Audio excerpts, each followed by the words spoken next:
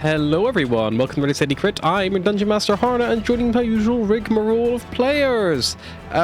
Let's start off with the person who drunk the most in their university years, and then we'll work our way down to the best behaved of the bunch.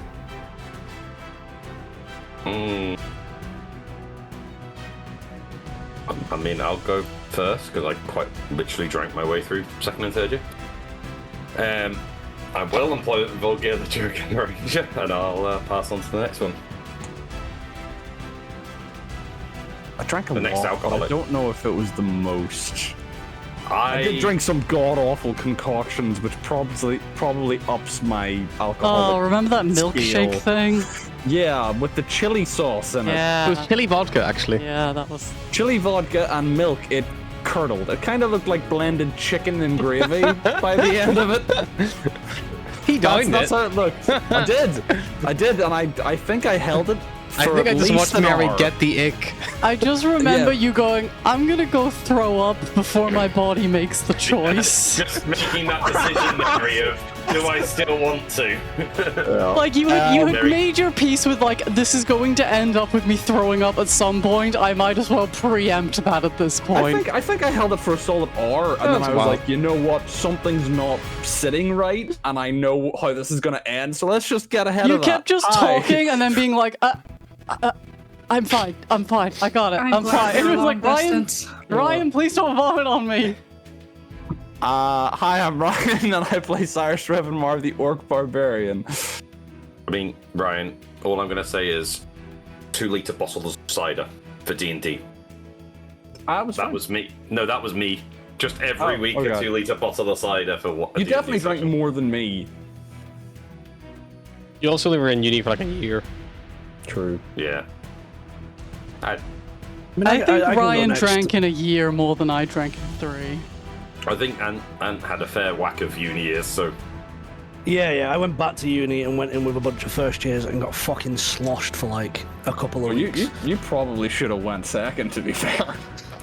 Yeah, I also have a story where I drank fucking... Someone put Baileys in a fucking Ring of Fire fucking end drink and it curdled to fuck. Yeah.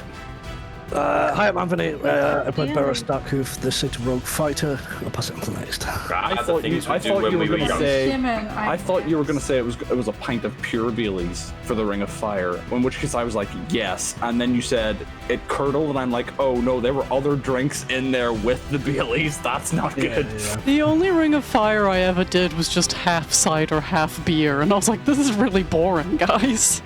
Yeah, I hid the Ring of Fire drink under my chair and everyone was that drunk they forgot about it. So I got away with it. Hi, I'm Mary, I play Asher, the ASMR cleric. I'm assuming I'm next because I drank the probably below average amount at uni. Yeah.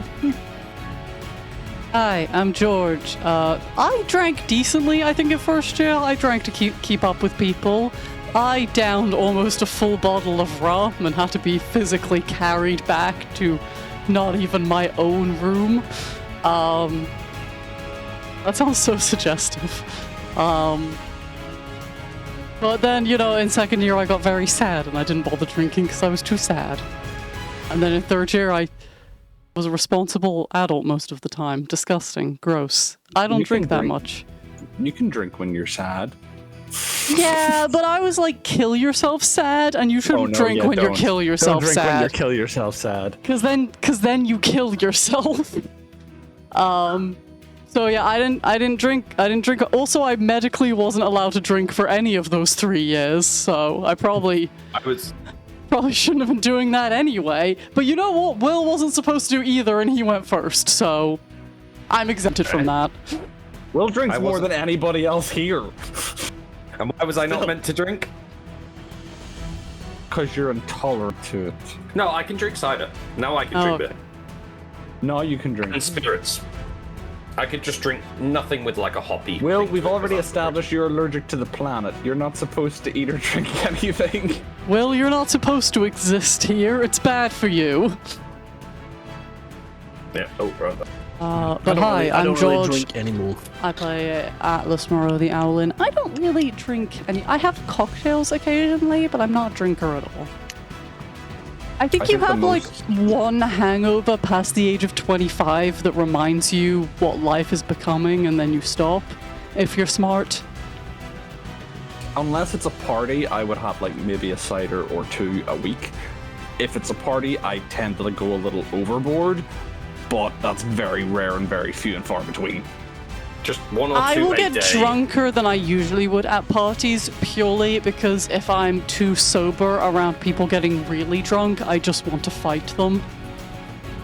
Like, have you ever been around really drunk people when you're sober? It's like, shut the fuck up.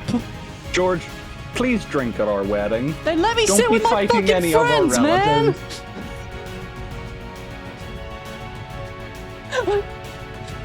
There's just gonna be 12 people sitting at the table and a 13th chair, and they're like, what's this 13th chair?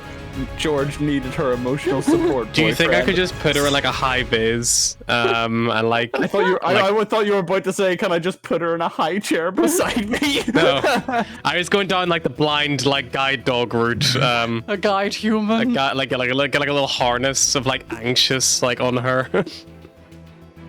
I have Right, joked all I'm gonna many say is- times. There's like vests you can put on rescue dogs where it's like, nervous, please approach gently, and it's like, I need one of those for myself in social situations. Just We'll get Ryan, me in just remember, tags, and we can just write on yours, hi, I'm nervous. I am nervous. Ryan, just remember what I said for my wedding, and just remember, you're nearby. I'm Harry's emotional support person.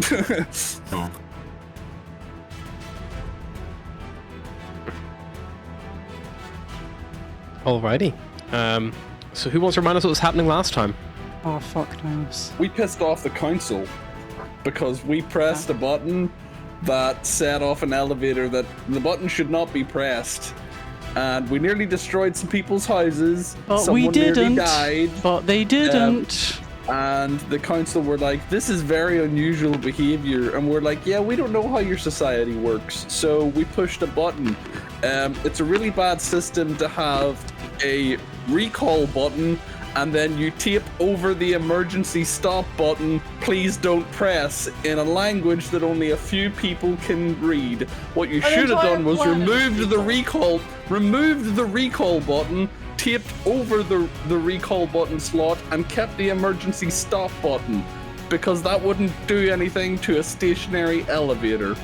The council said they will talk about it and see whether or not they agreed that Saparna's message actually came from Saparna or not. They were pretty convinced, but they all hate gnomes. It's a planet of racists. We also found out that some of them are already mind flared. Well, intellect devoured. And we had to get away off the spire. And the elevator's not working, so we're not allowed to use that. So Cyrus looked at the cable and went, that'll work, and jumped. Yeah, I believe you're using your wind hooks to try to descend down the lift. Without a break. It's about 320 stories. I've done the math. How many I D6 just is made that? you that body. That's 8 kilometers. Oh, Jesus Christ. I don't think my I have a feat, which is called. What if you rage and half that? It's called relentless endurance. When you're reduced to 0 hit points but not killed outright, you can drop to 1 HP. I think it might kill me outright. I mean, rage. And then I guess adrenaline rush to get 4 temporary HP. How many hit points do you have? 162. So you basically have to take what, like 340? The damage on falling damage maxes out at, I think it's 20 d6. That's on. Sorry. 20 d6 is. 20 d6, Yeah, it's capped at 20 d6. So the max you can ever get is 120. So you could damage. rage that and still be alive. Yeah. So you can Technically, survive. I could get away without a rage, but I wouldn't risk it. There's so got to be a custom thing for broken legs. Hope we fall for 20. Shattered rib cages. That thing when your teeth go through the back of your head. Okay. Mary did not like that description. Cyrus jumps off the edge. Cyrus, you gonna latch on, or are you just gonna free fall for a bit? No, I'm latching. I don't have wings anymore. Okay. Cyrus is latching on. You like spool up the like gale force on it, and like it because like it's intended to be used like a grappling hook, and you're basically going like more or less vertical. It's like just whirring along. So you're basically gonna rely on what is traditionally either the accelerator or the brake to try to reduce the momentum of your current gravitational pull at some point. Are you engaging that like straight away to try to like control your speed, or are you just gonna let this thing take you to terminal and then try to dial it back? He's probably gonna like feather it, okay, to try and not reach terminal at all if possible. But yeah, a lot of tension on the little device. Sure. What's everyone else doing? Atlas jumps after him because she has wings. Cool. Atlas just flies down. This is that scene from Teenage Mutant Ninja Turtles where, okay guys, what's the plan? He jumped. He jumped.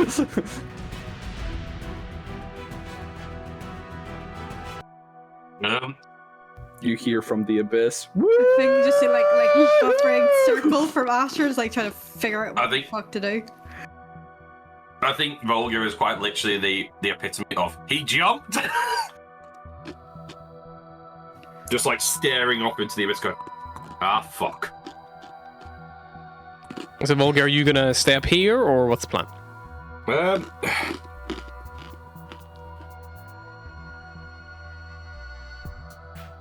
He's gonna look at the others and kind of go, I mean, Cyrus and Atlas are gone, so you guys got to decide, whether leaving them do that is a good idea.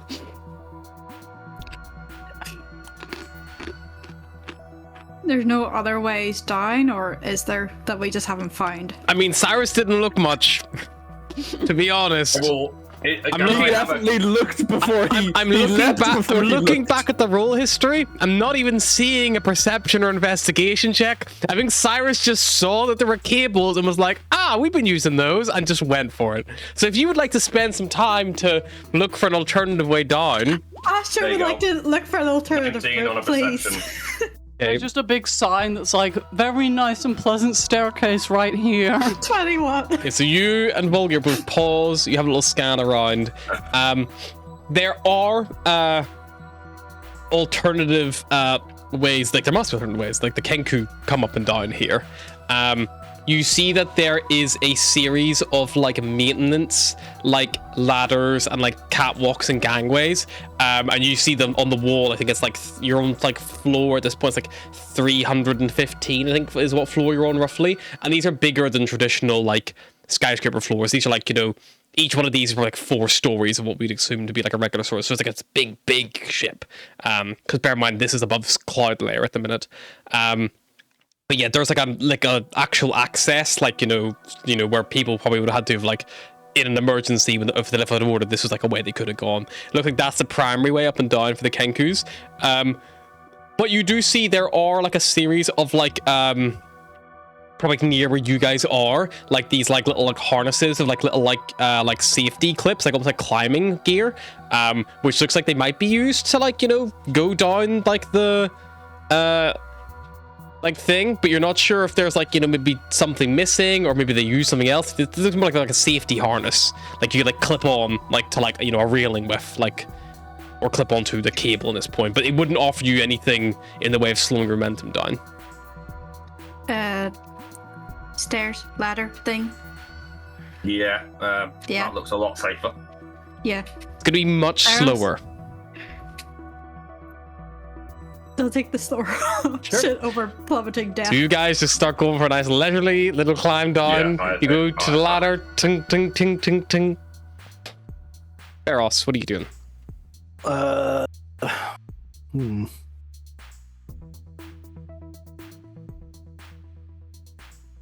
Has he learned his lessons?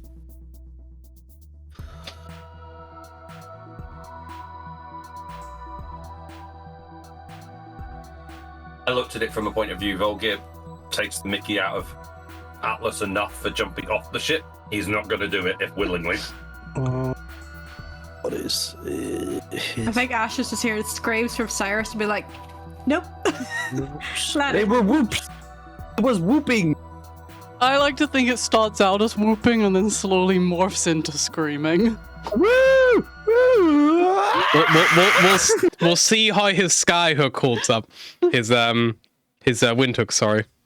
She thinks it's screaming from Cyrus. No, it's just the metal like scraping trying to stop. I think Barris has got a little bit more sensible since and responsible as of recently, so he will take the safe way. Sure. Volgir would have been on at the stairs and just go, "Come on, husband. You got my money." You follow your husband. You start going down the like ladders and stairs and these like little access tunnels. Yeah. You start going down a bit more quietly and safely. I will come back to you all on your much slower descent. We will focus on the slightly more high-strung moment. Let me just find. You fall off, and Atlas is just there going, "Grab me, don't grab me, but don't grab me, because if you grab me, I'm going to start falling as well." Okay. Cyrus. I love Atlas just following, like, well, I'm totally fine as long as this doesn't get narrow. In which case, death. Cyrus, you are plummeting downwards. You kind of like latched on with this thing, and you're kind of like, are you going feet first like a firefighter, or are you going like head first like a diver? Definitely the diver. Okay, so you've jumped off head first, latched on yours like windhook, and you were descending down, watching like boom, boom, boom, watching like numbers like fly by, and every now and again you give a little squeeze on, probably a squeeze on the accelerator, which is facing like the wrong direction, so it's like kind of trying to slow your descent every now and again. To finesse this in a way that's not going to do prolonged damage. Barbarians are known for their finesse. I would like a sleight of hand check, because you know, whenever you're like trying to like top up your car with like fuel, and like you're trying to get it to stop exactly on 20 or like 40, but like, you're like, oh, a little bit more, like it's that. You're trying to finesse it into gentle movements. And then you get to 20 pounds and 1 piece. Oh, so finesse. Right now, 25. So Cyrus, after like a good you fall like for probably about, honestly, like a minute. Like, it's, I'm just gonna do some quick math here. How fast does an orc fall? Like, you're falling about 26,000 feet. Nice knowing you, Cyrus. To give you an idea, that means you'll hit the ground. If you were in a true, like, straight up free fall, you would hit the ground in probably about 52 rounds of combat, which is probably about like 8 minutes, not even. An like 8-minute free fall. I think it's like 5. Well, yeah, he's jumping from like skydive height, like he's like cloud layer. It's 52 turns. You should have looked for a parachute. Oh no, it's just over 5 minutes of free fall. So we'll do this in minutes. So you free fall for a minute with a little bit of like easing on the speed to try to slow yourself down. After about 1 minute, you've fallen about a fifth. You've made your way about a fifth of the way down. Like, you check the side of the wall, you see, you're probably coming up on the like.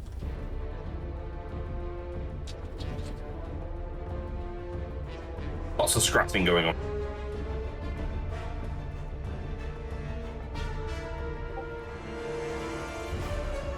Sorry, there was dog gagging, so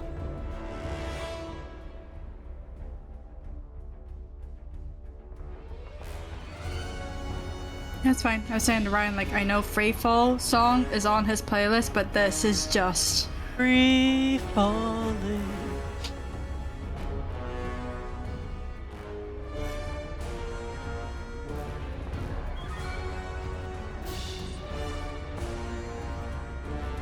a while since someone made death saves, though. Will it get to that? I didn't even point? get death seed.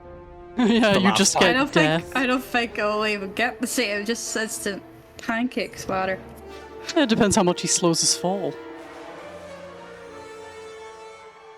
He'll just dust himself.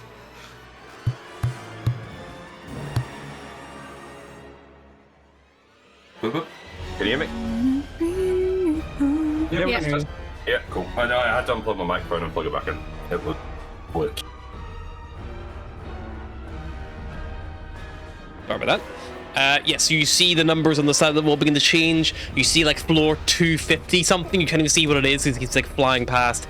And you realize you're maybe going a little bit too quick and you've just ascended nearly like 70 floors in a minute. You start to like squeeze and squeeze and squeeze and squeeze, and your mind goes back to like that like salesman back there, and it's like, so you know, these are probably kind of like the like lower tier level of like sky like wind hooks. Like they should do you fine for like getting around. And as you squeeze, like and you like you feel like almost like that trigger, like whereas before it has like tension, like you can feel it giving you some resistance. Suddenly it just goes like completely like resistance free, like metal on metal, and you look down and you just see like sparks fly out, and you see that like there is the motor that like kind of handles acceleration has completely just broken away, but you do have the brake, but your best bet is probably to like take this thing off, flip it around, clip it on, and then brake it to try to slow your momentum. If you brake where you are now, it would be kind of the equivalent of like slamming on the front brakes of your bike, like you're just gonna like, you know, go R's for tea kettle. But also, you're only going to last as long as that brake holds out. But you are nearing terminal velocity at about a minute of falling, I would say, very easily at this point. Atlas is flying alongside you. So I guess the question for Atlas is, Atlas, if you were doing a controlled descent, that would mean you would probably be going down about...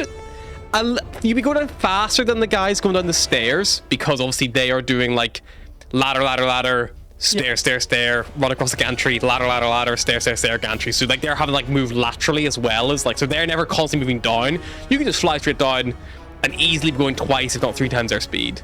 But to keep pace with Cyrus, you basically would be probably needing to will yourself into a complete wings on the side, entering a nosedive, with the intention at some point beginning to slow your fall. Yeah. Which you would know you could like the same way you deploy a parachute, like it is possible.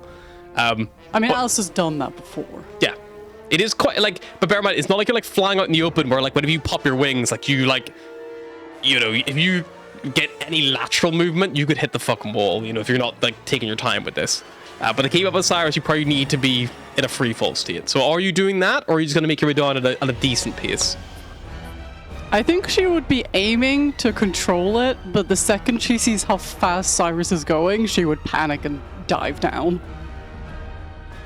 Okay, so let's say you're a little bit behind Cyrus. You're probably at the, like not far, you're probably like 500 foot behind him, which is about 1 round of free fall. Because you probably started off normal, saw how fast he was going, and then willingly entered it yourself, and started dropping. So Cyrus, you've gone about 1/5 of the way down. Your first system has failed. You have 1 system remaining to try to slow this descent. You don't know, like, off the top of your head how fast this thing breaks. Like, you could break now, but then the problem is you're probably going to gain that momentum back again. So like, yeah, it's like, so I suppose the question is like, you know, I'll tell you, like, if you want to like spend a turn, like, or even like, let's say probably a minute thinking about it, of like, you know, how long does this thing take to like come to complete stop? If I like give it full gear, like, or can I do half or like quarters? Like, what's the best system with a set? You can like think about it, or you can just go with your gut and just say, I'm gonna start breaking 2 turns before I hit the ground, 1 turn before I hit the ground. Like, you know, you can just tell me when you think you would start trying to slow your descent, or come up with an alternative. He's probably going to like try and unclip it while still in free fall. Yep. Switch it round and then reclip it. Okay. Have the woos turned into arms- screaming yet? Like, That is a sleight of Shake it out. hand check if I ever did hear one. As you The woos turned into screaming yet? unlatch your safety mechanism, try to sit close to it, Oh, and go to like The watch it wind again. has turned into screaming now. As you unlatch Cyrus, and as you like go to like grab it, you instinctively like you know, as if you were trying to pull a rope closer to yourself, put your hand on the cable. You're falling so fast, it immediately friction burns your hand, like, down to, like, you know, it's layers of skin taken off in seconds at that speed. You're going to take a little bit of damage. I'm going to rage at that because he's not having a good time anymore. You would take 9 points of, I'm going to call it fire damage because it's like friction damage. Just from that initial burst of pain. And you find yourself like instinctively like pushing yourself back, and because you're in free fall, you move a little bit away, and it's like, oh no, like it's beginning to get out of your reach. You're now totally in free fall. You've got the device in your hand, but you're vroom, vroom, vroom. Every turn around you, you're falling 500 foot every turn. Ryan, just a quick question: have you got 4d6 on you? Oh my god, 4d6 on me? Yeah. You may need them 6 times in a row. Yeah. Well, you can drop the lowest. Roll 4 and drop the lowest. Can I do anything else, or is that my turn? Probably your turn that once you've raised and you've tried to flip the thing around. So on your next turn, you could attempt to try to move yourself back within reach. You are, you know, fully skydiving right now. Yep. To move in a steel tin. In a steel tube. So kind of like, this is literally the equivalent of those, like, you know, the skydiving centers with like the big fan. It's like that, but instead of the big fan, it's just like a 25,000 foot drop. So you do have a little bit of like, jumped out of the plane. Yeah, like you can move yourself a little bit. It just takes a little bit of time, like, you know, edge yourself over and, like, you know, move your body in a certain way. So moving without any assistance is going to be, I would say, probably an acrobatics check to try to, like, you know, control the wind forces in your body and force you to move the correct direction. You could also try to, you know, slow your descent, like try to spread your limbs out, try to, like, you know, maximize your surface area. Or you could, you know, try to find a different way to get yourself close to the cable or close to, you know, the edges. Like, if you could get to the wall, like, you could, like, you know, maybe try to slide down the wall, like, slow your momentum that way. Just tell me what you want to do, Cyrus. He's probably gonna, like, increase the surface area and then try and, like, guide himself towards the cable again. Sure. Make me an acrobatic check. Let's see how successful that is.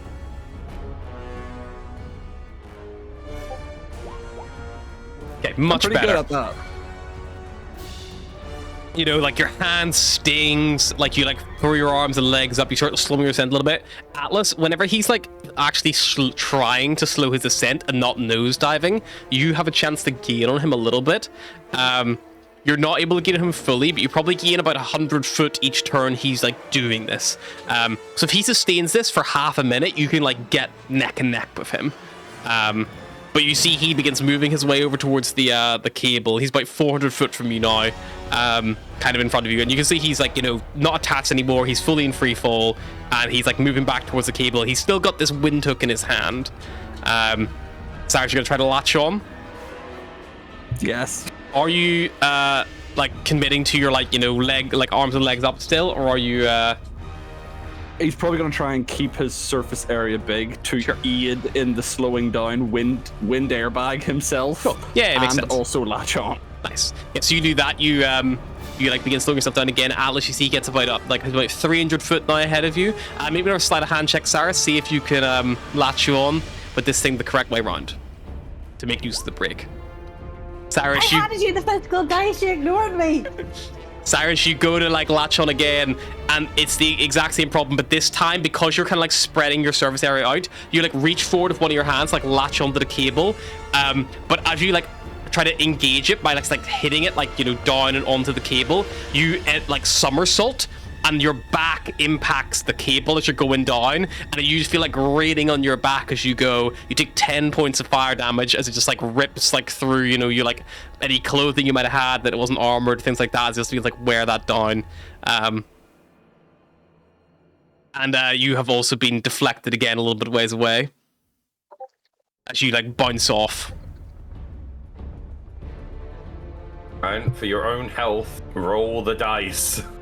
Wait, yeah, I'm rolling the physical dice now. I'm telling you roll these ones because this is the one I'm gonna try and correct myself and spread out again. Sure. Acrobatics check. Try to recover like from your prison. Mary, that looks like a dice prison. You've immortalized it. You have immortalized it in a sheet of glass because it. This is your fault, Mary, and no, this dice behaved well. This is your fault. I rolled physical dice. That's a 15. Okay, 15's good. You're able to like slow your descent again with a 15, and you've been eeping your way like over towards the thing. It's going to take you 2 turns to get there. So by the time you get to the cable again, you're close enough to like reach for it. Atlas is now only about 100 foot behind you. You've only been falling about 1.5 minutes of your 5 minutes. And you've fallen in that time about nearly 8,000 feet. We're you pull those dice out. I'm making so much progress here. I'm gonna try and latch on again. Sure, go for it. Mary, we're gonna either get to the bottom and there's gonna be a Cyrus-sized splat to the bottom, or he's just gonna be standing there going, "Told you so." There's 2 options on this outcome. What? Is that not 20 or not 1? What's that? That's a nat 1. That's a nat 1. Oh, Cyrus, no. It's a 3, but it's a nat 1. Cyrus, the good news is you latch on. The bad news is, in all your conundrum and knocking around, the brake was already fully engaged. The second you engage it, it stays put. I need you to make me a athletics check to not lose grip of the windhook. Bear in mind, you're basically at risk of breaking the thing because you're obviously gonna like try to pull it with you. Am I still raging? You are still raging. You get advantage on the check.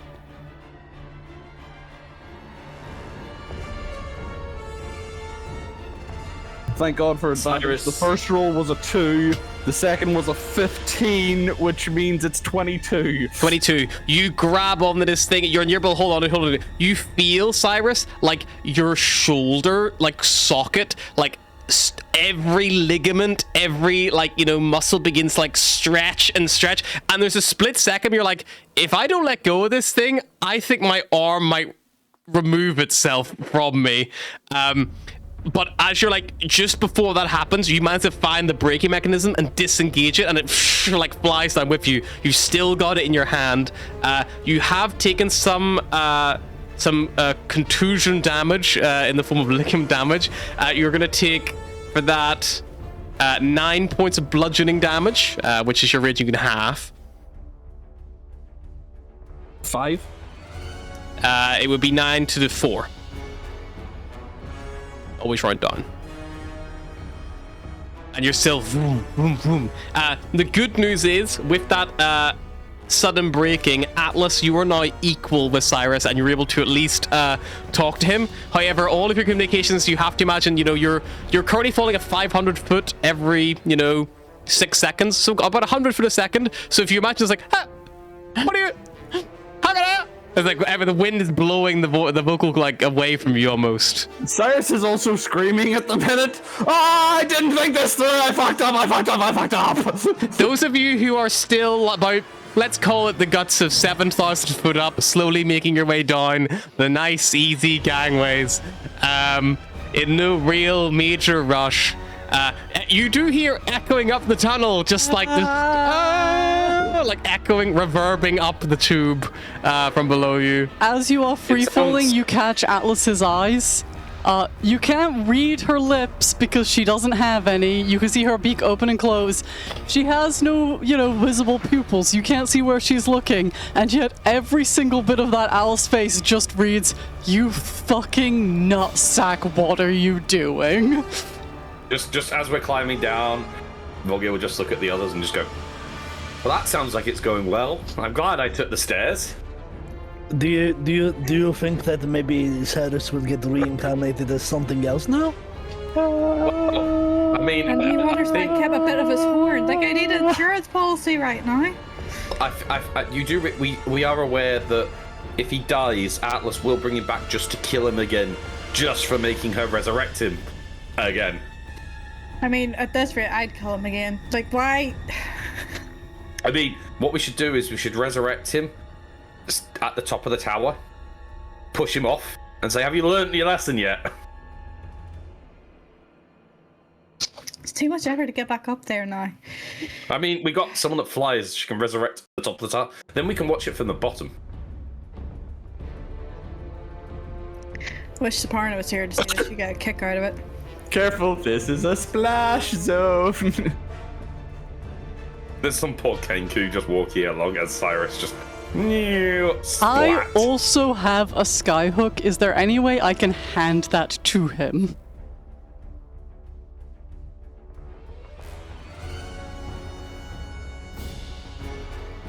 I have 18 d6s. He's ready. How many do I need in would be total? 20 in total you would need. I need 2 more. You got time. You got minutes. So you want to hand him your skyhook? Yes. Okay. Yeah. I mean, I don't want to, but I will do that. Okay. You go to pass him it. He's a little bit distracted at the moment. Can I just hook it onto him? Yeah, you would need to like basically like attach it to his like hand or like put it in his hand and have him just grip it. Yeah. So you like fly close to him. He's falling like one hand is gripping it and the other is like out, like trying to like slow his descent. So you like shove this other one in his hand and you like feel it there, Cyrus. I'll say with the two of you like working more or less in collaboration, you're not gonna like be at risk of dropping this because like she's gonna make sure you have it before she lets go. So you've now got one like quite damaged skyhook and one which is so far okay. I'm gonna say that's about 2 minutes of falling at this point. So you've got 3 more minutes. Are you gonna start easing on the brake and trying to slow your descent now, try to feather it back down, or are you gonna wait? Can I attach the second skyhook? You bring the second one around. Make me a sleight of hand check, and you're now also cutting your air resistance down as well now because you're putting both hands like over each other. Okay, that's a 17. We're getting better. 17's good. You lock the other one in. Are you locking this one in the same orientation the other one with the brake, or are you doing this one with the acceleration going up so then you can like alternate? Same with the brake, I think. 2 brakes at the minute.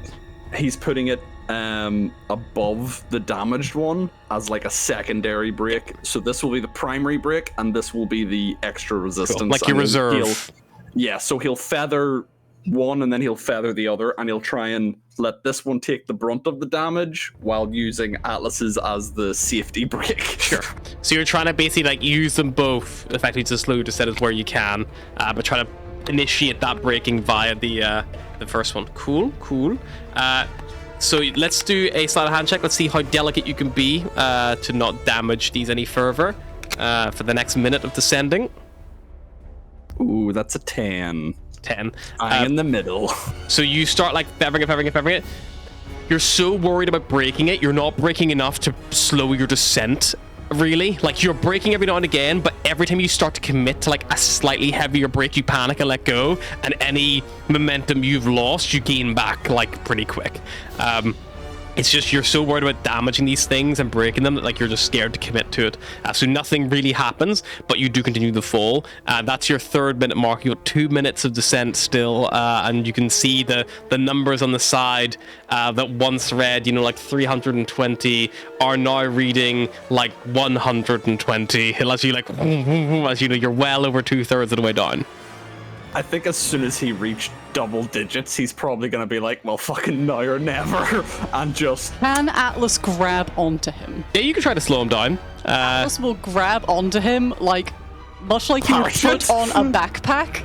Okay. Parachute, yeah, arms around the neck, legs around the waist. Start to spread out her wings. Not immediately, because she knows they will just fucking tear off her body with like peak velocity, but sort of start to spread her wings out and essentially try to just like parachute slow down them both. Cool. So you like wrap your arms like underneath his arms, like on his shoulders, like try to entwingle your legs around his as best you can. I mean, you got like bird claws, so you can probably just like grab his thighs, like to be honest. There will be blood. Sink your you talons can continue raging.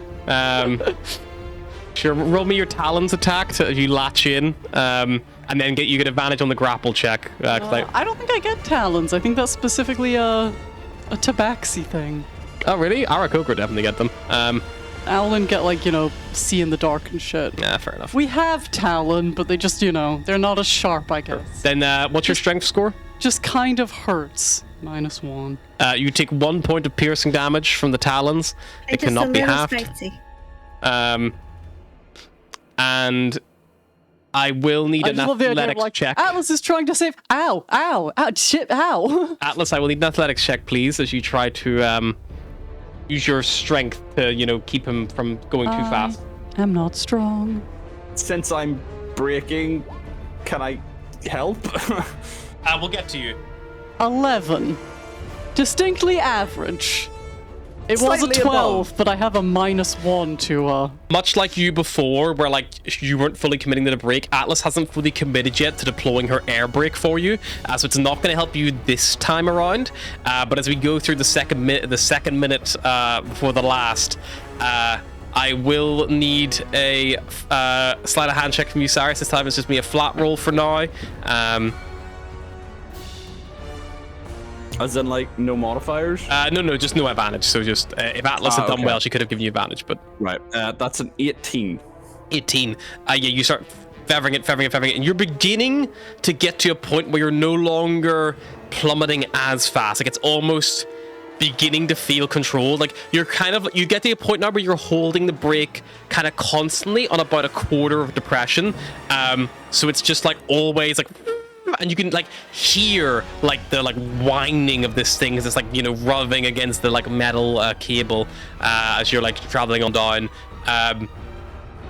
After holding that on both of them for a minute, as you come to the final minute, the first one that you had with the existing damage, you feel like probably a shower of sparks kicks out, and if you look down, the little rubber kind of like wheels that were kind of like rubbing against the cable have all burned away to like just their little metal like support struts, and there's this like this shower of sparks like flying down you. Those of you you know, a good, call it 20,000 feet up at this point, like leisurely making your way down, like a little glint in the probably shadow. Don't even see it, but you maybe hear like a humming, or like almost like a train on the tracks is coming towards you. You hear that like little faint, like, you know, like little hum, almost like that, because they're so far away from you now. As you come into the final minute, Atlas, you can make an athletics check. Cyrus has managed to slow his descent down, that you will have advantage to try to deploy your air brake for him.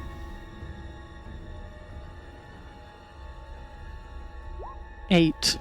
You try to pull your air brake, start beating your wings around again. But yeah, it's just, you know, maybe the sparks kind of catch you, like, you know, you fumble a little bit, but you've not lost your grip on him. Like, you still like got him held tight, but you're just not helping very much. Cyrus, I will need a sleight of hand check, please, for yourself to try to use this final sky windhook to slow your descent.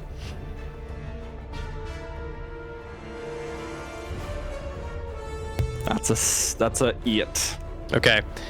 The sparks of the first one, you realize now, like, it's not really it's doing something, it's not doing much. You've got to put more pressure on the second one. You squeeze it, and you lock it in so hard, and you just feel a twang, and as you like look down, it's almost wrenched out of your wrist, and as you look at it, the entire braking portion, that whole front half, has been ripped off and probably been left behind the cable. I'll need a sleight of hand check to reattach it as you look at the walls, and you see the numbers on the walls are becoming more and more close to nothing. You see you're past the 50s now. You're well in the double digits. That is a 13. You lock it in with the accelerating brake on. Cyrus, you probably got the guts of 30 seconds here before the end. You've got 6 rounds to slow and almost free fall to nothing with this acceleration. It's all going to be on your favoring of this. Atlas, you can make me one more athletics check, flat roll, to try to help.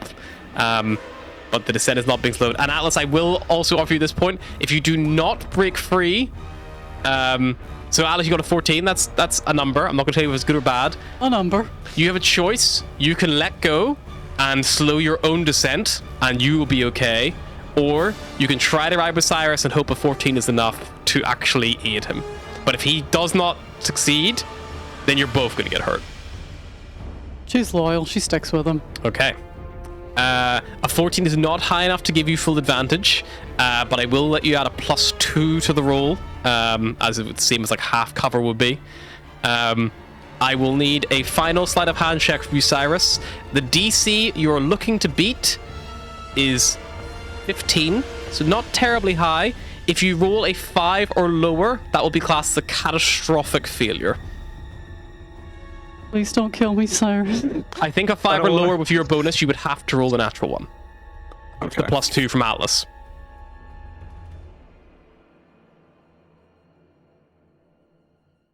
That is... So it's +2/+2? Yep. 16. And I'm not shitting you. I am not like... can I pick up my camera? Yeah, you can move it. Yeah. We never can see what it moves to because it looks for humans. We just have to believe him. Look, his willingness to just pick up the camera shows, okay? He broke his mic. Oh, he broke his mic. I'll take a photo of it and I'll send it into the chat. So with a 12 on the dice. So many nat 20s in a night that Harry made me switch dice and I just continued rolling them. The dice gods for one night only were like, yeah.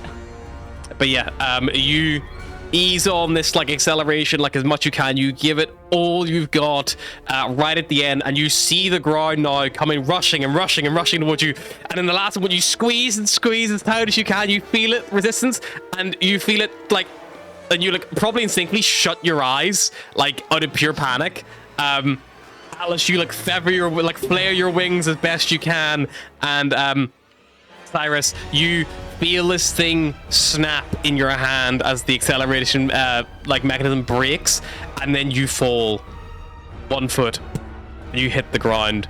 Cyrus, you take no points of bludgeoning damage. You are safely on the ground. How much piercing damage am I taking from an oil?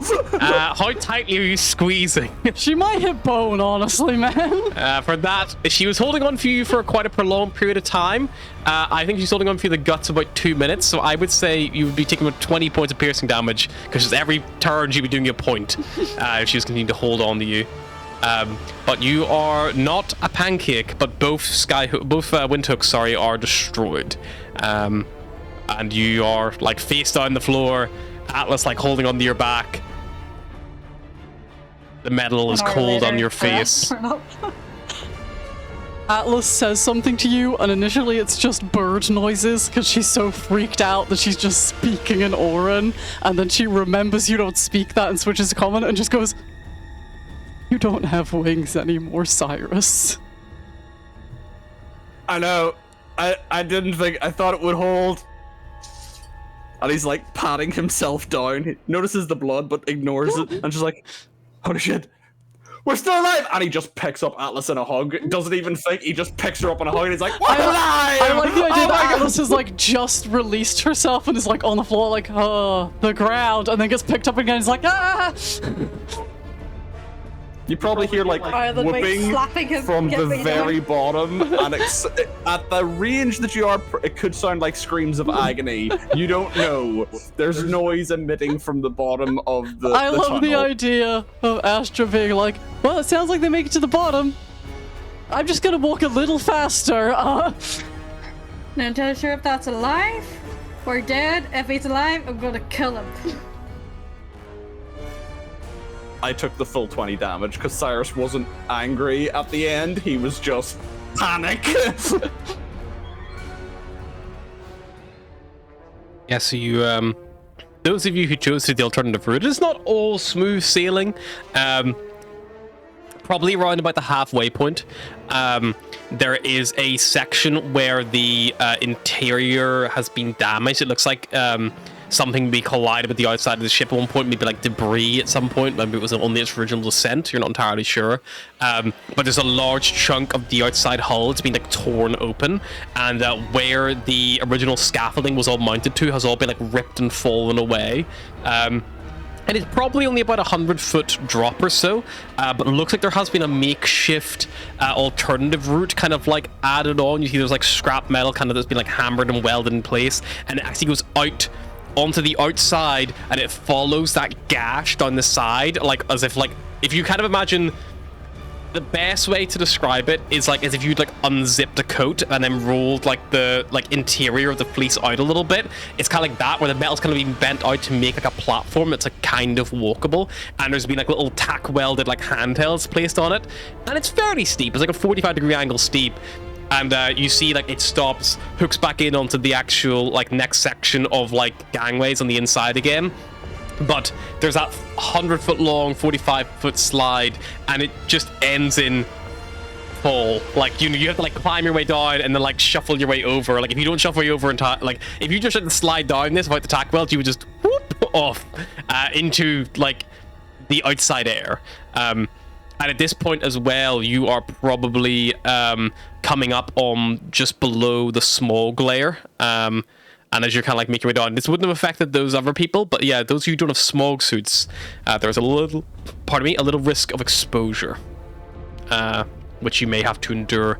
The inside is mainly okay, because there's like a lot of air being pumped through here, like from above downwards. Like it feels like they're pumping air. You can like feel wind like pushing at your back as you're going down.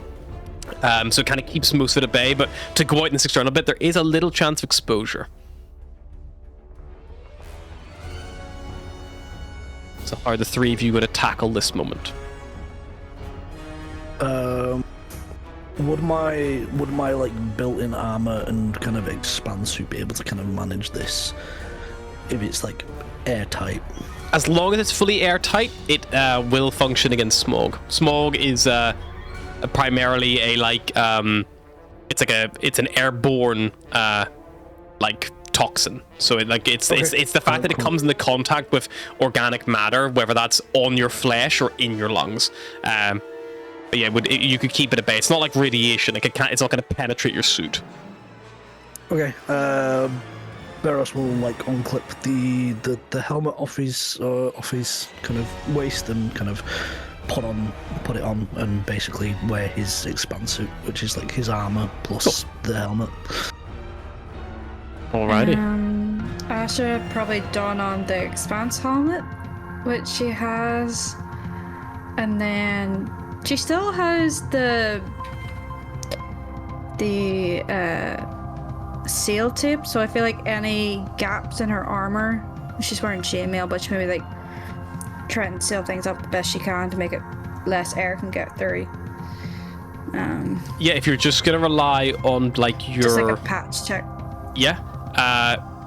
You can basically try to like patch up, anywhere there might, be able to get through, like on like, exposed bits of like skin, like around your neck and things like that.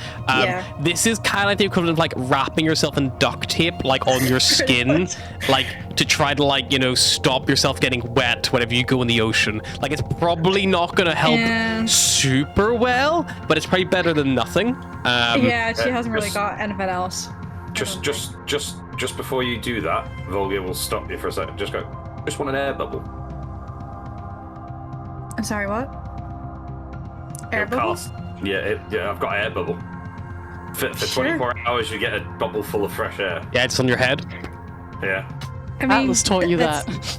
The head's fine. It's more the rest to make it. The skin contact will be an issue as well, but that'll help her with the breathing aspect. Yeah. But then, wrap up everything else like mad. I mean, at least then we don't have to rush. I don't think there's any spells that she has. But I don't have it. I'm gonna. I still have protection from energy.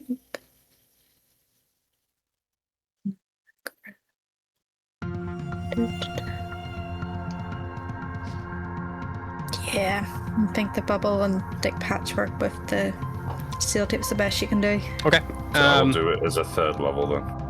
Make me, for your patch job, just to see how effective it is, I would like some kind of, this is kind of like almost like a, because you're not using something for its fully intended purpose, like it's like you've basically got like a patch repair kit effectively, and you're like, I'm just gonna wrap everything up in it. It's not really intended to do that. Like it will stick to itself, but yeah, it's not like it's intended, this intended purpose. So because it's kind of being a bit more impromptu, I would like an intelligence check just to see how you can like put this in the correct areas that's going to offer the most protection for what it can do, and not like wasting it going over the same area multiple times to make sure that's airtight and then forgetting about something else, or oh, I forgot about my underarms, or you know, like things like that. So it's how you get like a wider understanding of the whole situation. Okay. Yeah, nope. 4. Try best. You use up the roll, you wrap yourself up as best you can, but because it's not a full-blown suit, you're not sure how effective it's going to be until you're out there and potentially being exposed. So you have about 100 foot of external climbing to do, not including the in and out. So all told, it's about 120 foot of climbing, which for an average person is about 8 turns of climbing, unless you have a climbing speed.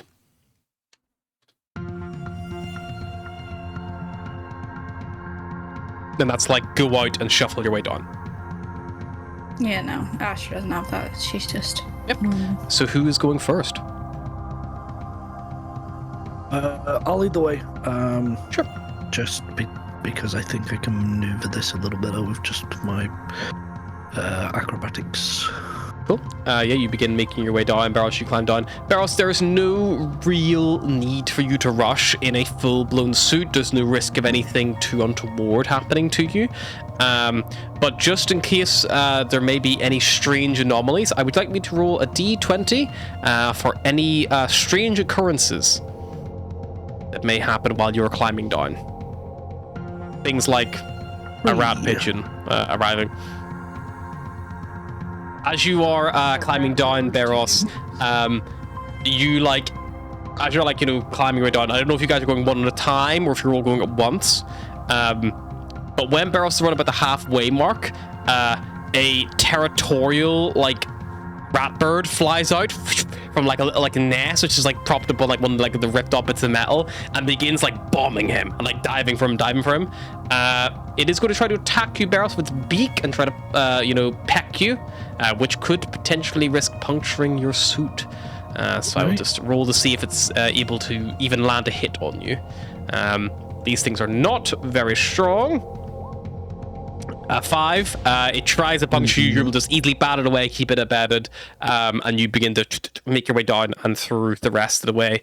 You have no negative results, no risk of exposure, and you're able to make it back in safely. Who's going next? Astra will go next, I think. Astra, next to go. Astra, you begin shuffling your way out and making your way down.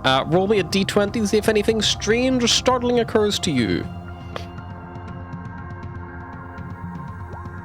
18. Grand. Nothing, no angry rat birds come annoy you.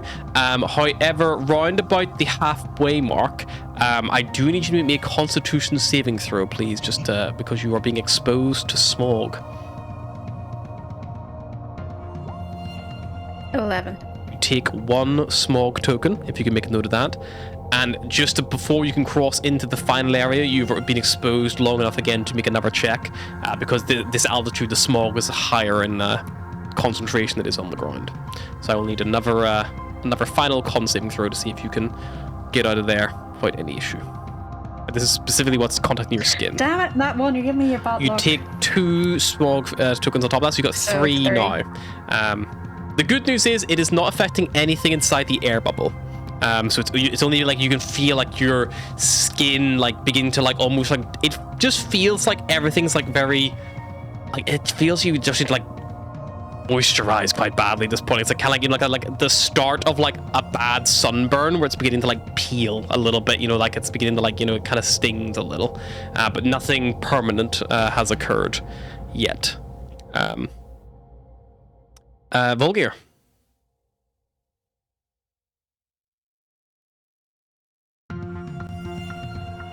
I work out because. And I would like to know what you're wearing. Are you wearing a spacesuit as well, or are you? No. Well, that's what I'm just working out because I don't think I have one. So I think I'm gonna have to do some hodgepodging. You guys probably could have gone back and got smog suits, but instead you kind of just like dive down. Well, where's that? I'll probably have to do something similar to Astra. Like finicking it, using some old clothes and taping them together and shit like that. Just to sure. Cover With that, let's do skin. an intelligence check to see how good you can piece together this like makeshift covering for your body.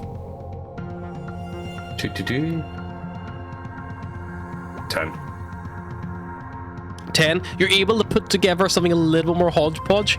It's able than what she would have, which is effectively like not really anything at all. So in your descent, I will need you to be one Constitution saving throw, please. Yours is able to hold up a little bit longer.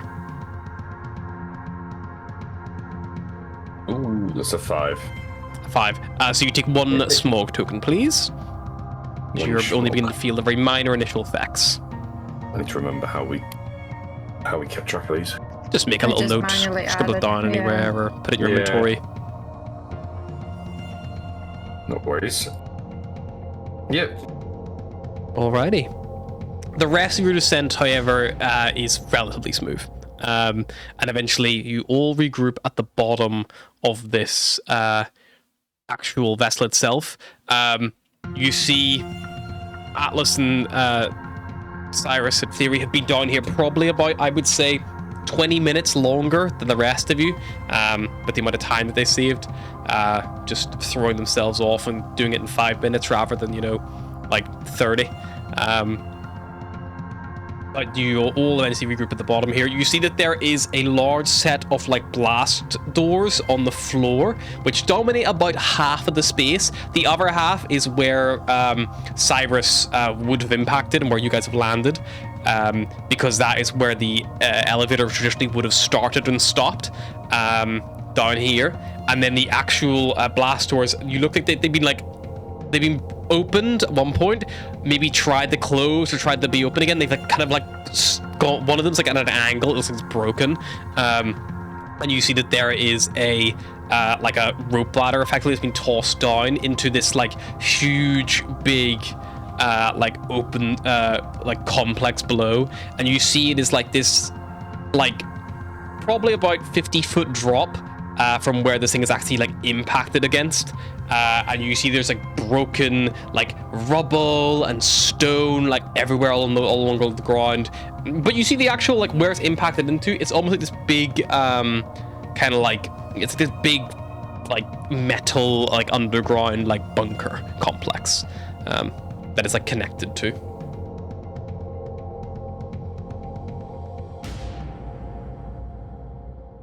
By the time you got here, your throat sore from all that screaming on the way down. Screams? No, they were whoops. That was a lot of fun. It's so quick. I don't think I've ever moved so fast. Cyrus, is there a chance you would have pissed yourself? I don't think he would have pissed himself, but his voice is definitely hoarse from screaming. It's fine. If it wasn't so expensive and time-consuming to bring you back, I'd kill you again. Well, that's just rude. I feel like Atlas would agree. It was fine. Everything was under control the entire time. I have never not believed you more than what you just said. At least we'll have a quick way up. Should be functional, kind of the opposite way down. Way up. Quick escape. These are broken. We holds up the two wind. Oh, well, looks like you two are climbing up. Well, I can maybe try and use the parts to fix one of them. Sorry, Atlas. You might just have to fly back up. I feel like when you said you'll be climbing up, Atlas just points in confusion to her wings, Can we stop jumping off buildings and ships, please? I would say yes, but in full honesty, no. It was a perfectly good strategy. We got down here safely, and we saved so much time. The boat says we were waiting otherwise. around for you for ages. We had time to, not patch our wounds and hang out. Would you have liked to have done any forward recon or anything, or would you just waited? Just wait. Just wait. Cool. We knew they were coming eventually. I imagine the first couple minutes was just us at the bottom, like.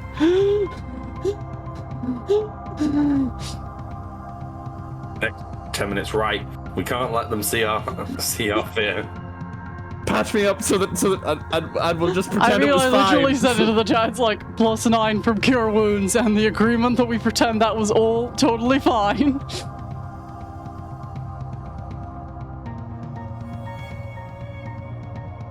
Okay. I was just waiting for the narrator. They were not fine. They were not. They will have nightmares of this fall for many, many months. I don't need to narrate this, we know. But yeah, you continue, like all regroup together. And yeah, before you have this little, like, final 50-foot drop, there's a rope ladder in place to climb down into one of the first refugee bunkers.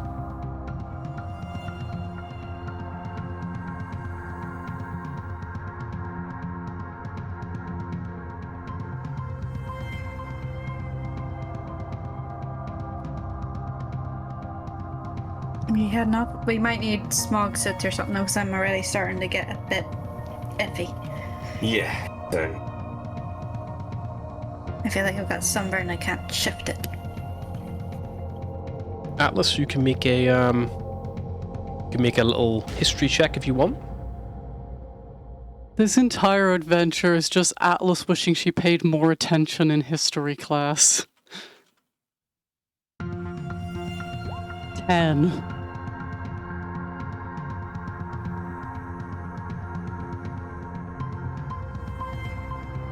You know that some of these stations do serve as like the Kenku like cities in a sense, and you think that the one under the song, because the song was so big, would make sense that it probably is quite large, but you can't remember what it's called.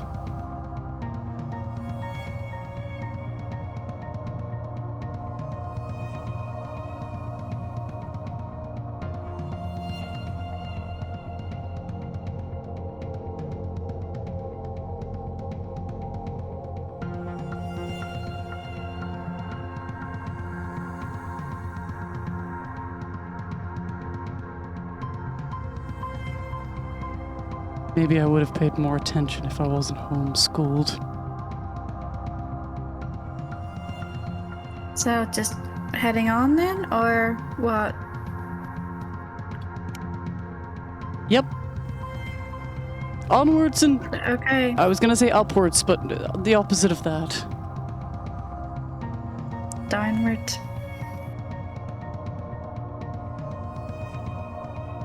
Okay. You okay there, Cyrus? You need a glass of water? No, I'm fine, thanks. Okay. Just like rubbing his throat when no one's looking. Okay. You I have some magic Viagra, but if you get it stuck in your throat, it'll give you a stiff neck. I don't think that's gonna help me right now.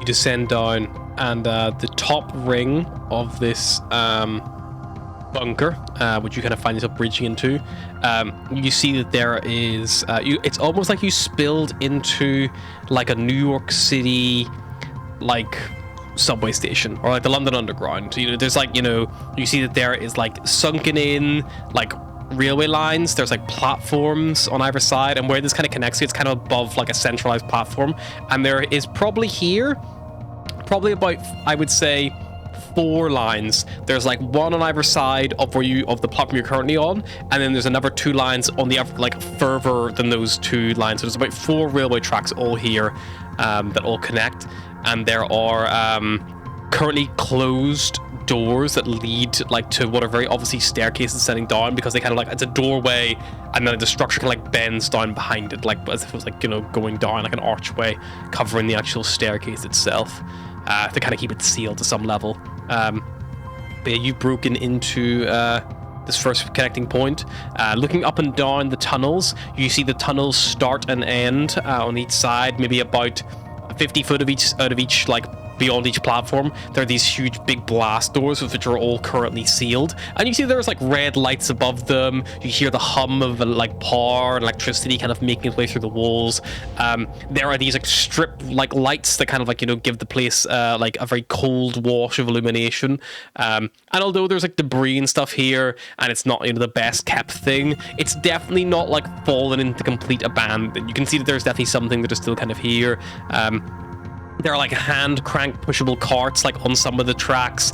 You see that one of the far tracks has like a full like train line, like almost like a full-blown like actual train car sat there, but it doesn't look like it's really in use. It's kind of like being hodgepodge put together, and you see there's like, you know, some words in Aura like scribbled above it, which only Atlas would understand. And Atlas, you see that it says it probably says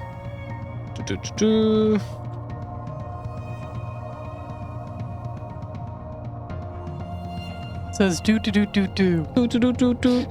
I don't know what that means, but that's what it says. It says it's called the Last Stop, and you see it says it's like Last Stop Cafe, like written across like the top of it, of the like little train car. And you can see like someone moving around like through the window, like as you look in, you see like a figure like moving around in there, busying themselves. Anybody want a cup of coffee? Maybe a tea with some lemon? Lemon and honey tea? That sounds good. See if they got sun cream. Come on, we'll introduce Cyrus to you know, smog honey. Can I like lather myself in it? Because I might. If your throat's bad, don't worry. I'll just grow you a second one. To get over to the cafe, the Last Stop, you will need to basically go down onto the tracks, cross over, and climb up on the far platform to like get in. But the tracks seem relatively quiet. Do trains still run down here, or? They do, right? Yeah, they still run. That's what the Kenku use. Okay. Let's go quickly, I guess. Okay, you hop down and scuttle across. As each of you travel, I would like all of you to roll me a d20, please, to see if any of you get unlucky and a train flies through the station. We do not want to roll a 1. Well, I rolled 2 of them. That's fine.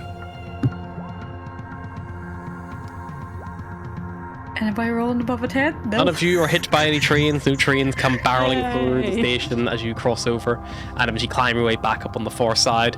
You see the Last Stop is like this little, you know, as you kind of come on this side, it's a little bit slightly more better decorated. You can see it's got like this like metal external frame. It's got like 2 sets of doors, like on each end of the like kind of like about, you know, the quarter mark of each length of the actual train car itself. As you kind of like come into the doors, which are currently forced open by the looks of it, you like step inside. You see that like this train car is full of little like sets of 4 train little train seats with a little table in the middle. They're all those ones. They're all set up like a little booth style seating. So there's no just chairs facing forward. Like they're all being like set like around these little centralized tables. And where probably a good, I would say, like quarter of like 1/2 of the seating has been removed. You can see that there's been like a little like makeshift bar installed in here. There's like a little back bar with like not like a crazy amount of alcohol or liquor, but you see there's a few bottles of liquor on the back bar. You see there's like this like quite impressive looking coffee machine. You see there's like a little hot pot with like a little like pot of filter like bubbling away on it, and a few kettles and things like that, like all kind of set out. And currently like actually clearing a table which has just been left, like putting on like a tray, like put like a few plates and things like that onto there. You see there is this like Kenku who like as you kind of come in like whips around, and they kind of do they make a noise of like wind washing through the air as they do, so they move their wing in like a greeting of a wave, and there's like as if the sound of that has been amplified with their voice to amplify the greeting. And then they say in a probably slightly more like older voice you would expect by someone of that like looks. Well, it's hard to like age a bird, I guess, unless you're Atlas. But someone who a voice that seems too old for them, they say, "Well, fancy seeing you here." And they like hop over, and he doesn't really walk. Like he just hop everywhere he goes. He just hops.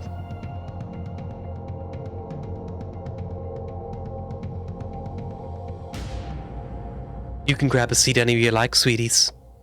They hop over to the bar. They put the dishes down. Well, dead. Unfazed by anything that happens in this fucking world. Cyrus will just follow Atlas's sit and just take a seat. They fix their little apron that they're wearing. Like, look at you all. They see there's gonna be like probably not enough for you to fit in the same booth, but they don't offer anything to like solve that problem. they just observe. Looks around for some form of still or box. The only thing you maybe see is probably like a mop and like a bucket, which is like, you know, got the mop still in it. You could turn up and like sit on if you wanted, or you could just like spread out across a couple of booths. Should probably go to another booth. Sure. Like there's two like. Yeah, you can sit like opposite the like on the other side of the aisle. Yeah. She like hops over towards you all, and then says in another voice, "My name is Clink. What is yours?" Atlas Moreau. I'm Astra. Cyrus.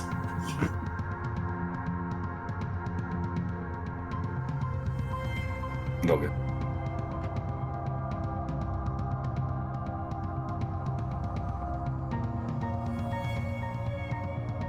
Just stares at Beros.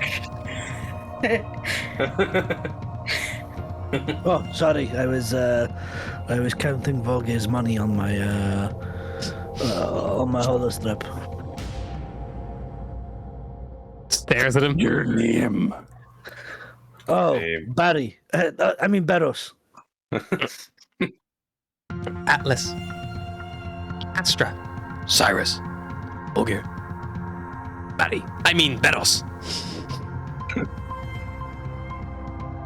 What would you like, sugars?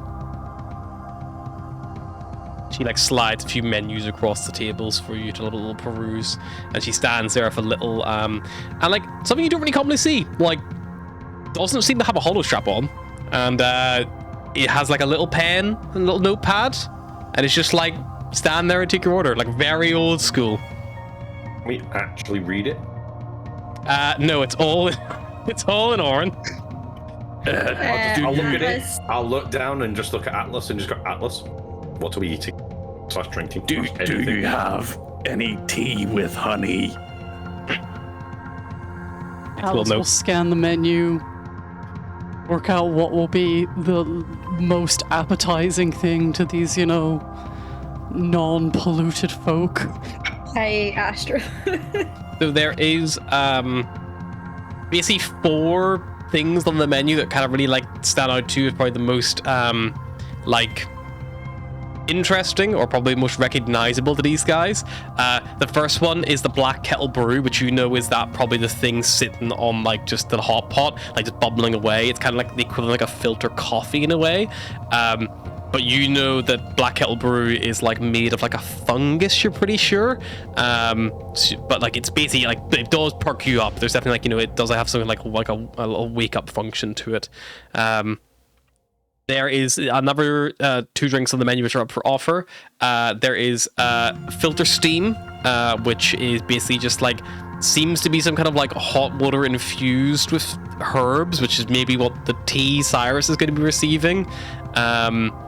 But you would know that normally it's the type of thing where it's the herbs aren't like tea leaves. They're like things like mint or like, you know, like aloe vera, like steeped into, like they're meant to like cleanse out like stinking filters. Like they're like, it's like, oh yeah, you should buy a new filter, or you just, you know, get a cup of Filter Steam, pour that over, and they'll last a little bit longer. Like it's very much like a, yeah, just, you know, make that work.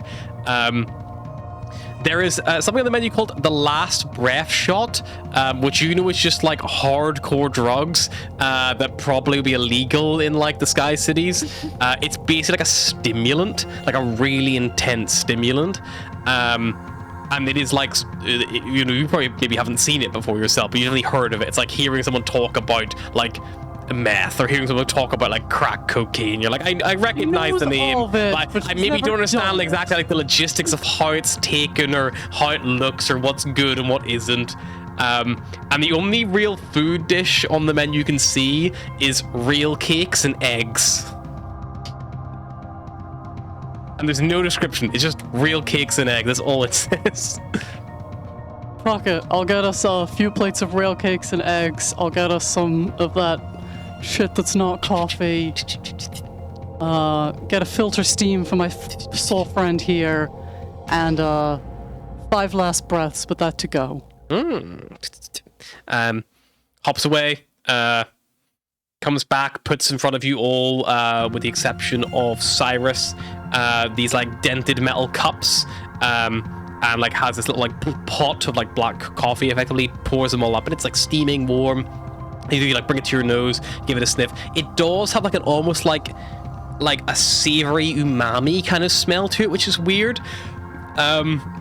Like as you kind of like look at it, and it's thicker than you would have expected it to be. Like as it sits in the glass, it's almost a little bit more viscous than you would have imagined. Like almost like oil. Like it has a similar consistency to oil. The little pot she brings over for Cyrus, you can see it is like a little. It is basically, it is clearly been recycled from something, but it has a spout, and you can see like there's like been like a cloth wrapped around it to make it like carryable, and she like places it down, and then like puts a little cup in front of you, and like, you know, probably like, you know, raises that like a little wing, and is like, you must now wait until you are older. About 3 minutes. Gotta let it brew. Don't drink it.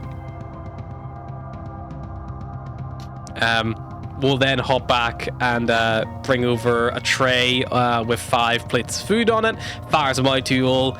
On each plate there are 2 of these kind of like, they look like scones, but they have like, they are almost like a greenish color, and they are wrapped in kind of like a little like napkin, basically, each one, and then just served in the middle of the plate is like a hard-boiled egg, which is kind of bigger than like a chicken's egg. It's probably closer to like that of like a goose egg, just like a hard-boiled egg in there, which is also just wrapped in a napkin, like just at the shell and all.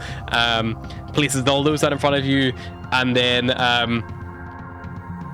finally comes back with a literal test tube rack with 5 test tubes on it, each one corked, and inside of it there is this vibrant purple liquid, and they place that down, and then like they scratch it, and you see they're like writing up a little bill for you to keep, and they go over like their little till register, and they place it on a little magnet to hold it on the wall, and then like, you know, just like think about themselves.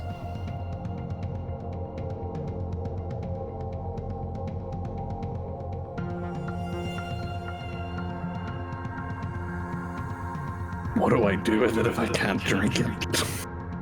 You just like breathe it in. Do you reckon that'll help with the burns? It smells kind of aloe vera. Maybe, but I wouldn't put it on your skin. You're just meant to like breathe through the steam. Really, it's meant for cleaning filters out, but I figure it might help his throat. Well, it can't hurt to try it, I guess. Mm-hmm. Give it a good huff. Good huff. And it smells good. Yeah, if you would effectively consume all of the hot steam from this, you feel like you, and like after like, you know, a good few cuffs, you probably like, she probably comes back over with like a little pile of napkins, and you realize exactly why you need them, because you start hacking up like phlegm and like mucus like that you didn't even know you had like buried in yourself. Oh. That's disgusting. It's kind of like the ultimate decongestion. Like, it's just like... I feel like he's hacking up enough phlegm from his past body as well. This is rough, but I actually kind of feel better. Maybe have some coffee for the actual throat scenario. You want to get That another? might be making things worse. Get another pot. Another cup. She comes over, tops you up. Another one of those. I think if you have 2, you start hacking up a lung. Potentially. The black kettle brew is, like I say, it's like thick like oil, a little bit of an umami flavor, but like it does, like, it's hot, it's warm, perks you up a little bit. Yeah, it's fine. Like, it's palatable. It's just like a bad coffee. Like, it's not. You're not gonna write home about it, but.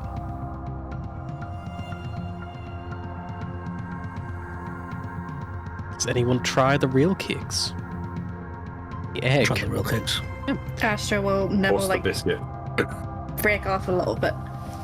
You snap off a little bit, so you just nibble away, like, work at it, and it very much is like there's no utensils provided. Like, this is all like you eat with your hands, and like you like eat a little bit of it. It's like more savory than sweet. It's almost like a savory scone, and the greenness to it. It almost like tastes like. The close thing you try is like it almost tastes like asparagus-y in flavor. Like, there's definitely something like, you know, fresh or like green in there, kind of like going through it, which kind of gives like this weird kind of like freshness. The egg, if you pick away at the shell, it is simply just a big hard-boiled egg served cold.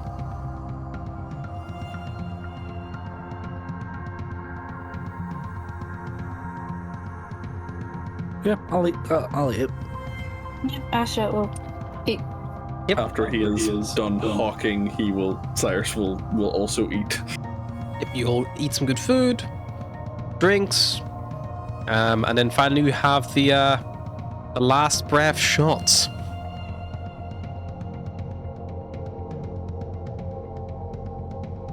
Okay, so this is like sort of Asher. like have you heard of meth? What's meth? Okay. Take it as a no. So basically, this will make you feel super, super, super good, and then super, super, super bad. Astra pass it to the middle. It's like, if we're meant to help people, I don't know if it's feeling super bad is going to help with things. Yeah, I was more thinking if it could be travelable, we could just like chug it at the start of a fight and see what happens. You can just, it's like a vial of a cork. Yep. It's travelable in some way. So everyone take one, and if you feel like you're about to die, you take it. That's why it's called last breath, apparently. Some people say it's because you take your last breath when you're on it, maybe. I don't know. I've never done it. Okay. All right. Yeah, after you guys kind of like finish up, like they come over, clear some of your like plates, top up your cups again if anyone needs topped up, refresh Cyrus's filtered steam with some more hot water if he requires it. And yeah, eventually the bill will come down. It's not like a crazy price. It's probably about 670 chits the bill comes to. Looks like the last breath shots are about 500 of those chits. So they're clearly nothing too crazy like at that price.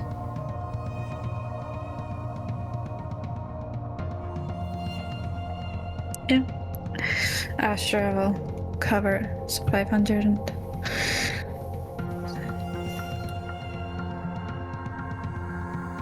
Okay, you settle up, and Clink kind of gives you all a nod.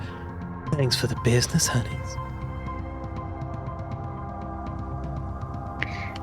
Do you know where one can get a smog suit down here? Or if that's possible? Can you speak Like, looks at you. I'm afraid you'll have to go deeper. And she points down. Okay, thank you. I do like the idea that the way, like, instead of going to school, all Arrowcoat could do is their parents sit them down in front of the TV and go, just say, flick through the channels, listen to different things. That is your alphabet now. Yeah. Learn meaning.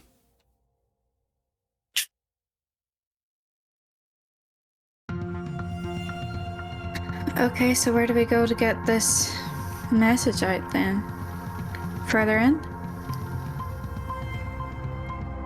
Yeah, I guess so. Down we go. We good? Yeah, you leave the last stop. You make your way over to one little little access stairways that lead down, and you see that they're closed. But there's no like lock or anything on these. There seems to simply just be like a little button to open. Before I leave, I turn to look at the Kanku, and I just go, "Welcome to the Last Stop Cafe." Welcome to the Last Stop Cafe. You're gonna use that a lot. Thank you. She leaves.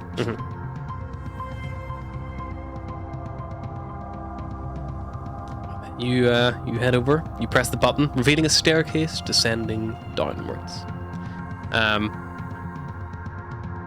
You travel down, not far, maybe about 20 feet, 30 feet or so to the next level.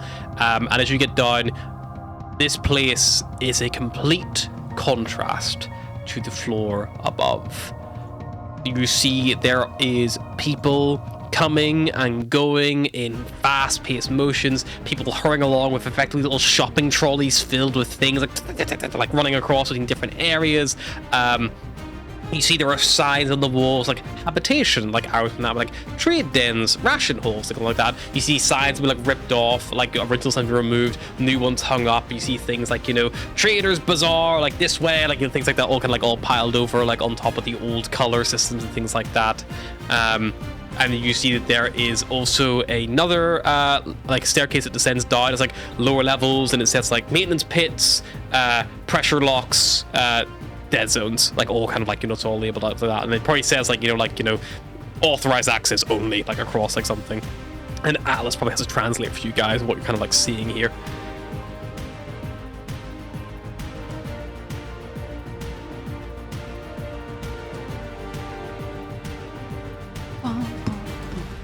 So Smog sits first. Yeah, does anyone Unless see you guys want to die, become mutated, and roam the streets as weird little creatures my forever. skin's already I've already itching. died once. Let's not do that again. Asher's making a beeline towards. Okay, where you going? Trade bazaar, I would assume? Anyone mentions the words like gains arms and legs and spider, should just start speeding up.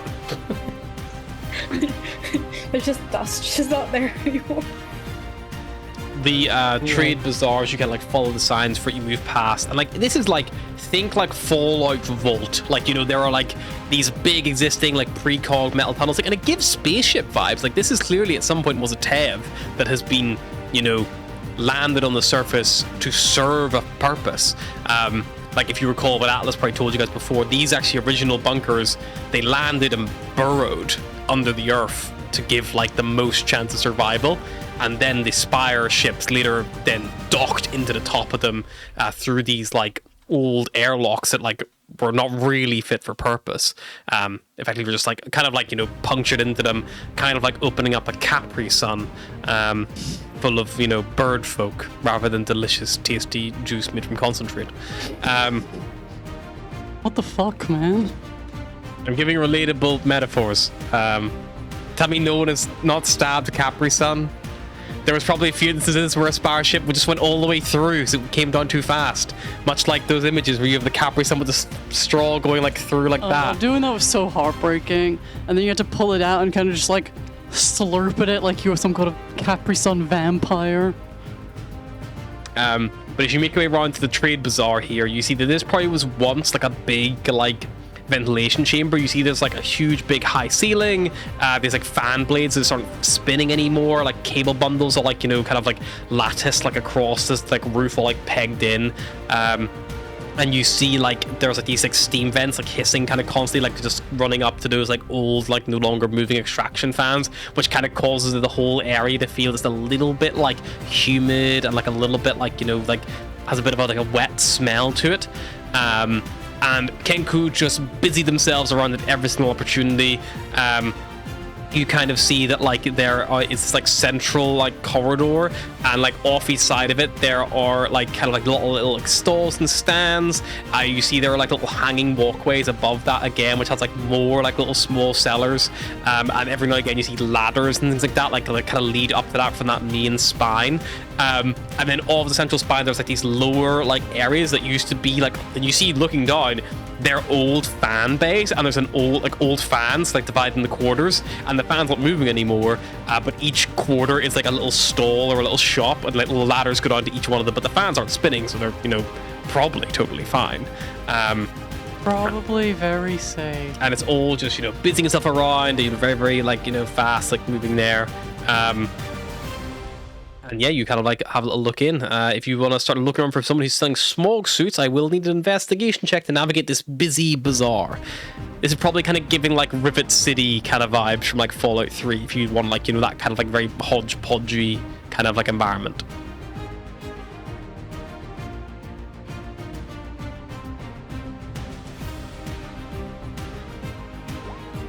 Not 20. 21. Nice. I'm gonna leave it to somebody else. I'm not the smartest cookie in the jar. Astra's usually not bad. Madge's just seen the shape that looks similar to it. She just veered off in that direction. Is it just straight intelligence?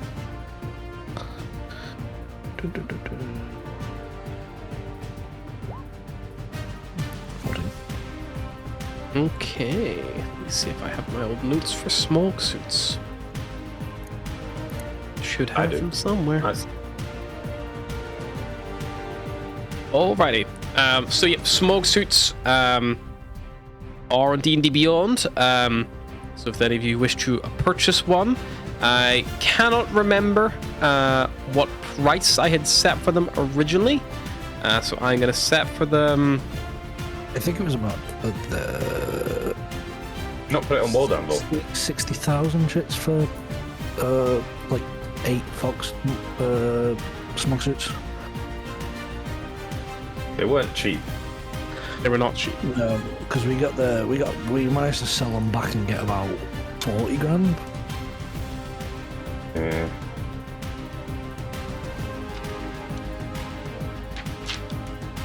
You have to take your armor off to put them on. Isn't Yes, that it? they act as padded. They're technically padded armor. Yeah.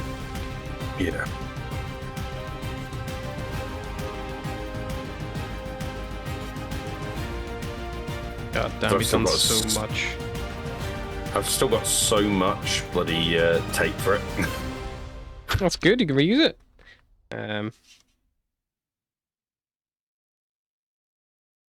don't think I have any tape left. I don't know how much Asher would have used in that thing. Probably. Yeah, all I of it. did similar, so I might say that, yeah, 0 rolls of tape. I still have a filter though, apparently.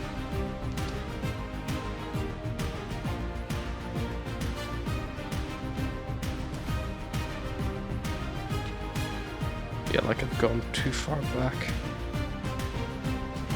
Oh wait, it might be on my spreadsheet. I was just waiting for Mary to go, no! Smoke suit, 40 filters and 200 rolls of tape was 83,000.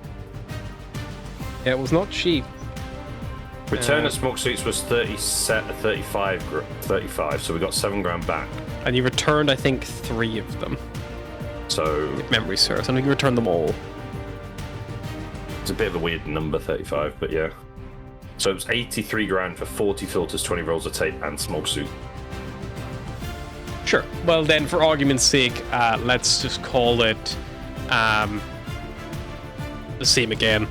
Would probably be the easiest way, because that way at least we know it's correct. If you guys need that, if you need less tape, just let me know. I'll deduct that from the price. So for smoke suits, each of you, let's say the suits are, they're probably about 15 each, because I probably made them a round number. So if each of you are getting a small suit, it's 15k each. I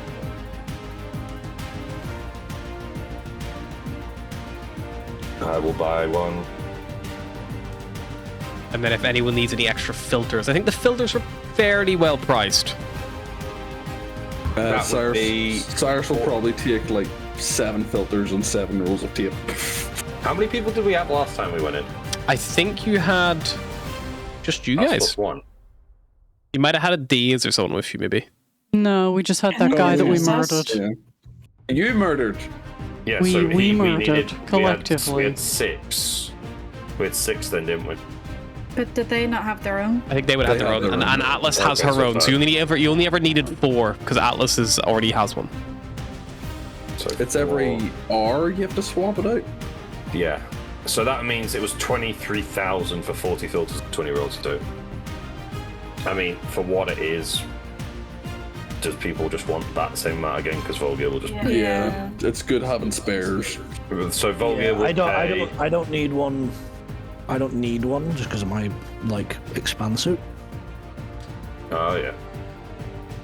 That could have been happened Well, before. It could could have been have someone had an Expanse suit and then didn't need the smog suit, you know? But you did have a Yeah, couple so- on the Chimera that you probably figured out originally. So if I buy, well, there's only 3 of us then. I need it. So how many filters and Is it? tape is that then? Each.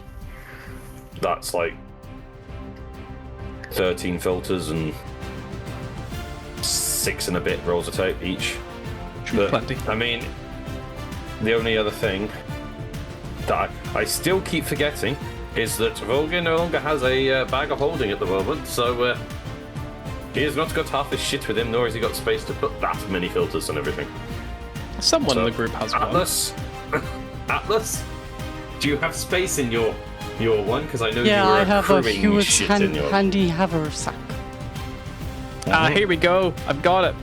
But didn't you fill I it full found of it in my gold and notes. silver? Smog suits are like chunkier versions of Expanse suits and cannot help in zero atmosphere environments, but they are drastically cheaper, costing 10k chits each, which includes 1 filter. Spare filters also are costly. They last 1 hour each for the field, costing 1,000 chits each. Silver also has seal tape available for 50 chits a roll. Each roll has 5 uses, which can seal cracks in the glass or in the suits themselves. Later then. So 10,000. You said 1,000 chits per filter. 1,000 chits per filter, and each one lasts an hour. How many hours do we think we're going to be down there? Who fucking knows, buddy? Better more than less. Volga's going to, I'd just assume 10 per person. For the 3 of us that need the filters, so that's 5 hours each. I mean, each Atlas row. still needs filters.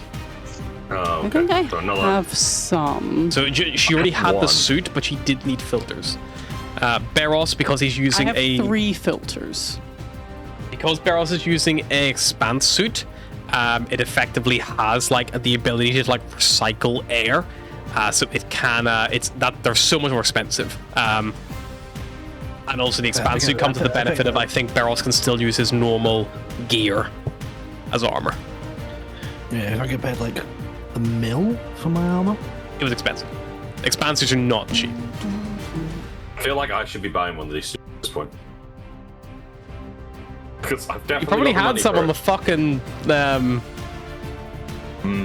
The ship that we on did the huge ass ship, huge ass military Oh. rolled ship, bankrolled ship. We need 3 suits. We're saying 10 small 30K. filters per person, so that's 40k on top. 40K each, That's or 40K total. 70K. Plus, Also, What? plus Atlas's filters if she needs any. yeah. So I said four lots of 10, so that's 40k. So that's 70k total. Yeah. And then what? 4 rolls of tape, 3 rolls of tape each, 4 rolls of tape each. I don't think Each it one really has 5 matters, does it? uses, and if you remember, whenever you take damage, because you are making I think it's just a flat d20 roll. If you got a 10 or lower, there was a puncture. Yeah. So it was a 50-50 chance for every hit you took that you could have risked, a seep. I will buy 5. Well, I'll just add in 5 per person, so that's 20 time. Of course, it mutes itself, so that's 71k. Great. Are we sticking this through company again? Oh, there it is. It's actually it's a 25% chance. Whenever you take damage, you roll a d4, and on a 1, there's a puncture or a break. And they are on D&D Beyond. If you would like them, to equip them, they are padded armor, so they will override some of your armor classes.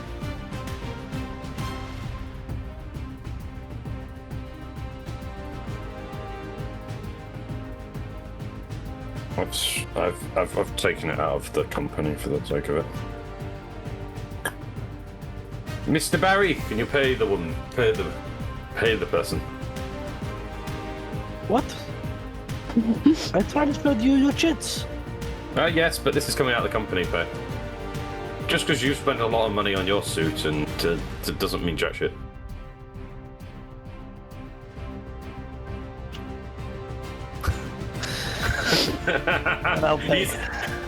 Volgir's getting out. He's doing his quartermaster's expense report. hands it to Beros, a little sheet that just says deduction 71k. Smoke. Well, at least this can be tax deductible because it's work expenses. Oh, no, it's an asset, therefore it is tax deductible now.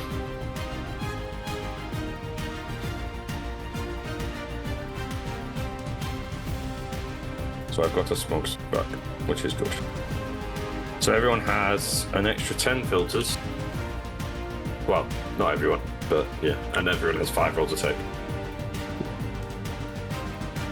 I have 1 smoke token.